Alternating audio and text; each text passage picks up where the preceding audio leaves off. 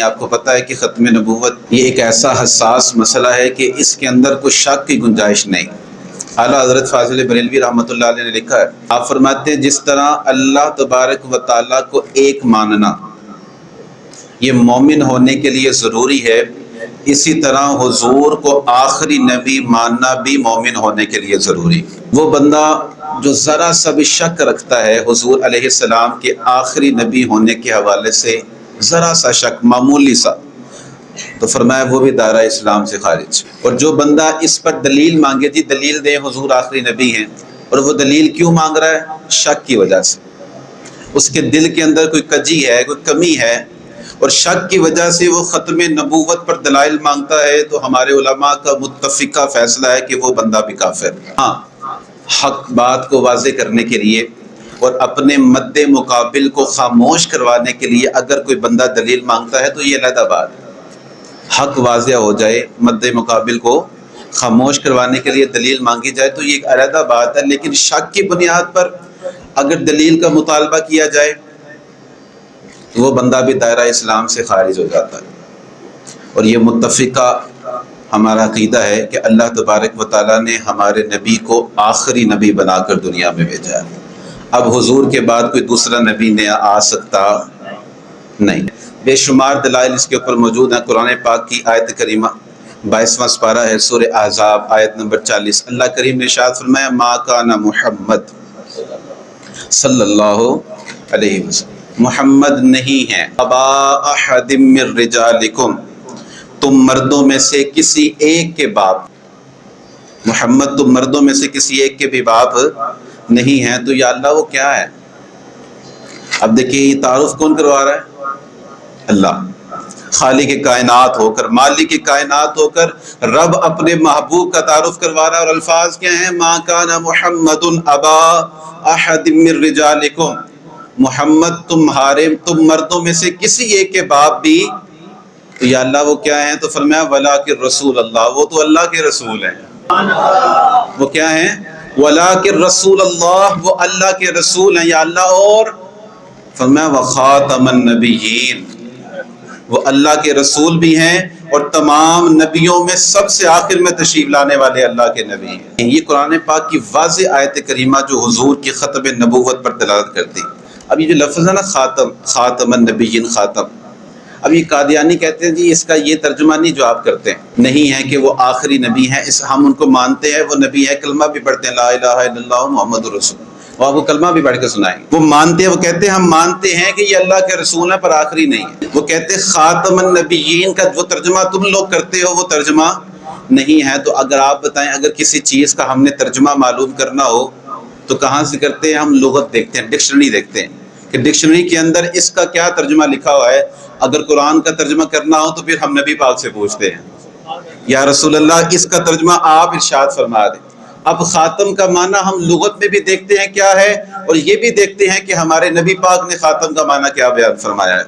لغت کے اندر کتاب ہے لسان العرب، ہاں جی، اس کی جلد 2 ہے، صفحہ نمبر اس کا 10 ہے۔ لکھنے والے بہت بڑا عربی دان علامہ ابن منظور افریقی، کئی سو سال پہلے انہوں نے یہ کتاب لکھی تھی۔ اس کے اندر انہوں نے خاتم کا معنی بیان کیا ہے، وہ کہتے ہیں الخاتم من اسماء النبی صلی اللہ علیہ وسلم وفی التنزیل العزیز ما کان محمد ابا احد من رجالکم ولکن رسول اللہ وخاتم النبیین ای آخرهم۔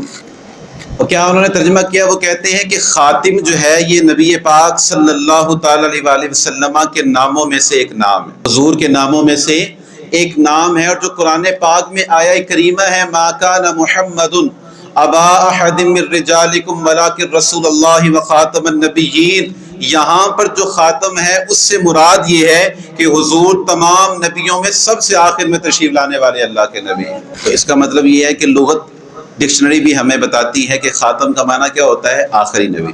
اب نبی پاک صلی اللہ علیہ وسلم کی بارگاہ میں چلتے ہیں، حضور سے پوچھتے ہیں حضور آپ بتائیں خاتم کا معنی کیا ہے؟ نبی پاک صلی اللہ علیہ وسلم کی حدیث پاک صحیح بخاری شریف کے اندر موجود ہے، اور حدیث پاک کا نمبر ہے جی 3455۔ اس حدیث کے راوی ہیں حضرت ابو ہریرہ رضی اللہ تعالیٰ عنہ۔ نبی پاک صلی اللہ علیہ وسلم نے ارشاد فرمایا بنی اسرائیل کے جو نبی تھے نا، وہ بیک وقت نبی بھی ہوتے تھے اور اپنی ملک کے بادشاہ بھی ہوتے تھے.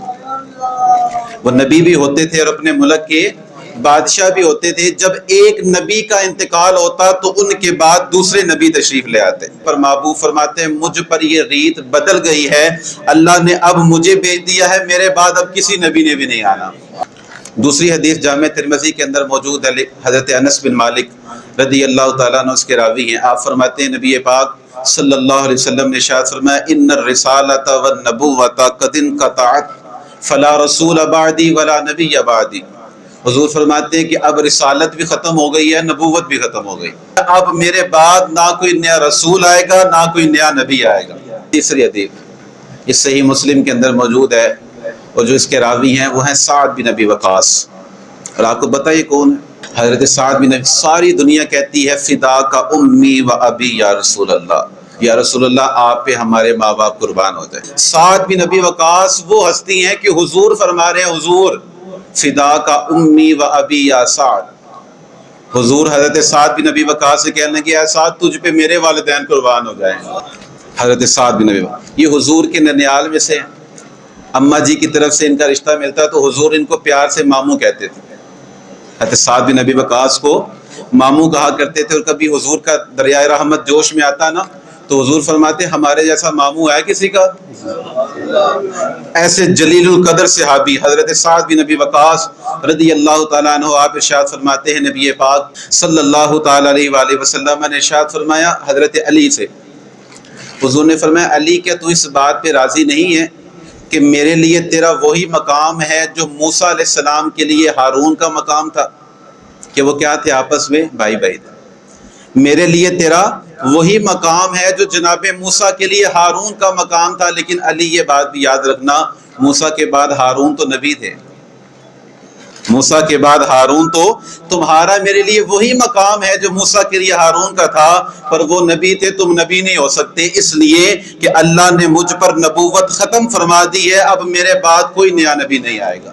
اب یہ حضور علیہ الصلوۃ والسلام کی احادیث سے بھی یہ بات ثابت ہو گئی ہے کہ حضور علیہ الصلوۃ والسلام آخری نبی ہیں. سب سے پہلے جھوٹا دجال جس نے نبوت کا دعویٰ کیا تھا وہ حضور علیہ الصلوۃ والسلام کے زمانے میں تھا, مسیلمہ کذاب اس کا نام تھا. اس نے نبوت کا جھوٹا دعویٰ کیا اور اس نے کہا جی میں اللہ کا نبی ہوں.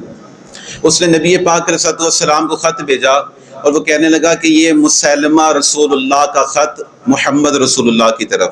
اور اس نے خط کے اندر نبی پاک سے کہا کہ میں بھی چونکہ نبی ہوں آپ بھی نبی ہیں تو ایسا کریں آدھی زمین آپ لے لیں آدھی زمین مجھے دے دیں, آدھی زمین کے اوپر حکمرانی آپ کریں, میں بھی نبی ہوں اور آپ بھی نبی ہیں تو آدھی زمین کے اوپر حکمرانی آپ نے کرنی ہے. یہ خط لکھ کے اس نبی پاک کی بارگاہ میں بھیج دیا.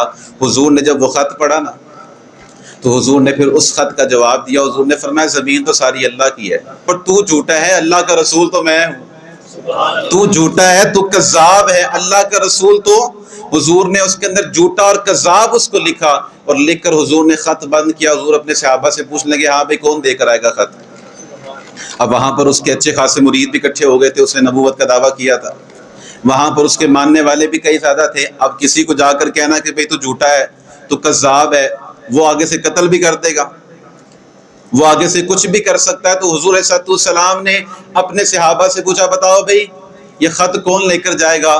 تو صحابی رسول حضرت سیدنا حبیب بن زید, پتلا وجود, آپ کا کوئی زیادہ موٹے تازے نہیں, پتلا وجود ہے, کھجوریں کھا رہے تھے, کھڑے ہو گئے یا رسول اللہ میری ذمہ داری لگائیں میں دے کے آتا ہوں, کوئی ڈر نہیں ہے کوئی خوف نہیں, یا رسول اللہ آپ مجھے دے میں دے کر آتا ہوں. اور کھجوریں کھا رہے تھے, کھجوریں, تو کھجور کے کچھ ذرات منہ سے نکلے تو صحابہ کے کپڑوں پہ گرے.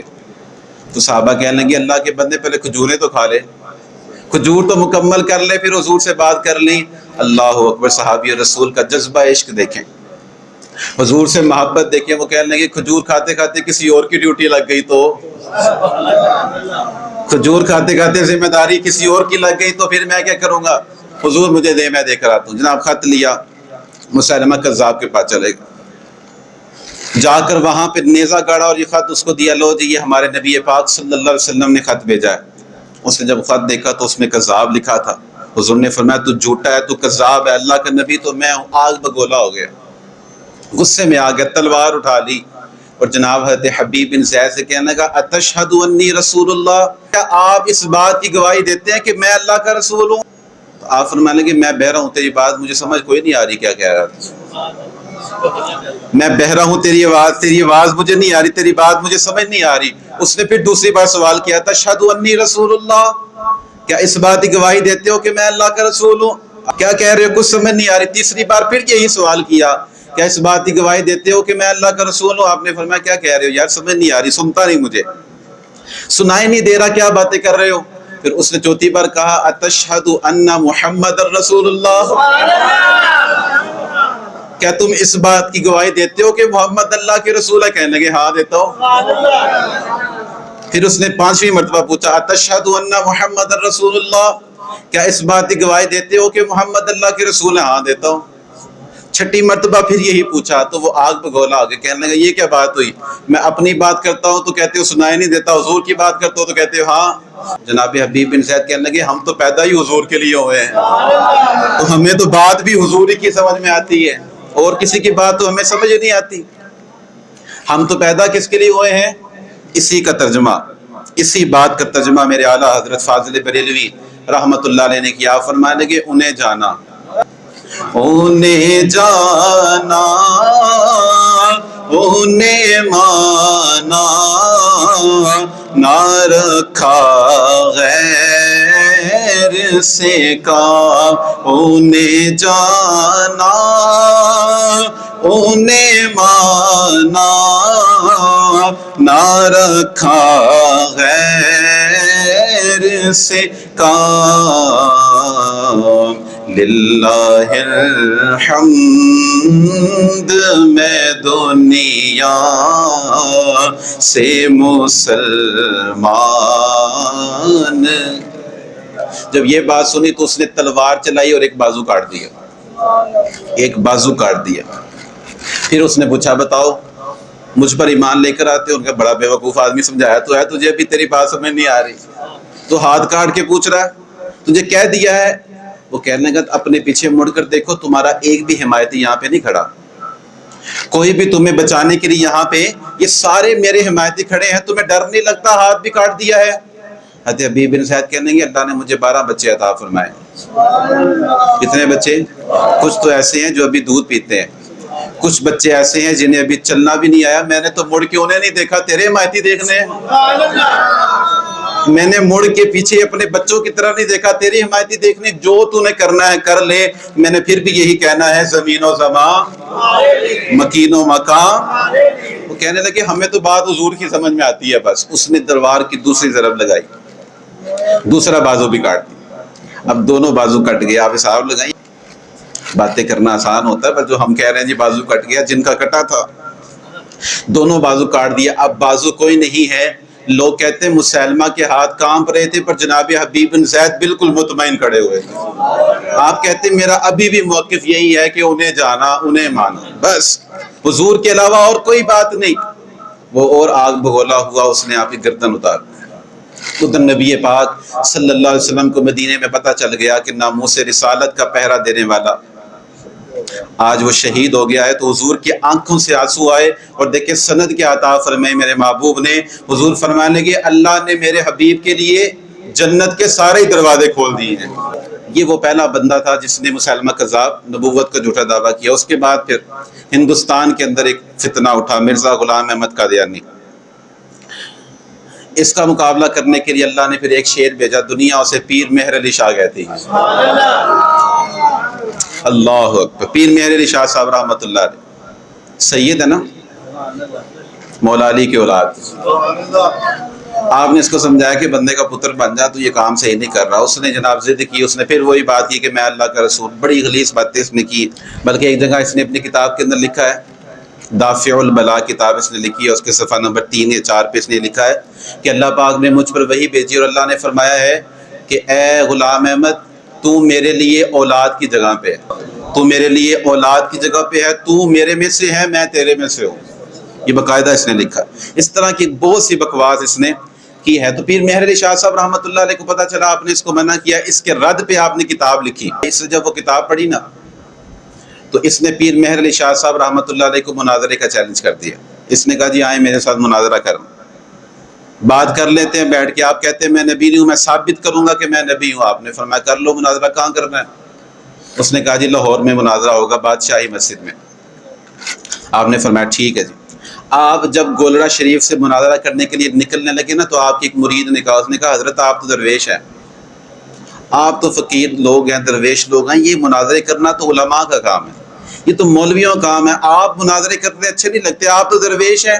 جب مرید نے کہا نا کہ آپ تو درویش ہیں، مناظرے کرنا یہ مولویوں کا کام ہے، آپ کا کام نہیں، تو آپ نے فرمایا میں ایسی درویشی پہ لعنت بھیجتا ہوں۔